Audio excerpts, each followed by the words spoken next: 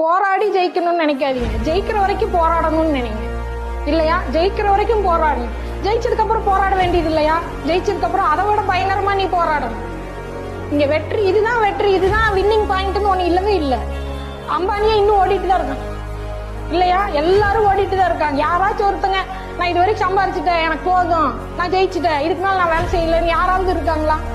ஒரு target achieve பண்ணா அவங்களோட அடுத்த டார்கெட் அதை விட ஹையா தான் இருக்கும், அடுத்த டார்கெட் அதை விட ஹையா தான் இருக்கும். அப்ப நீ இதுக்கு போட்ட உழைப்பை விட இதுக்கு டபுளா போடணும், இதுக்கு ட்ரிபிளா போடணும். அப்படிதான் போயிட்டு இருக்குமே தவிர இங்க எது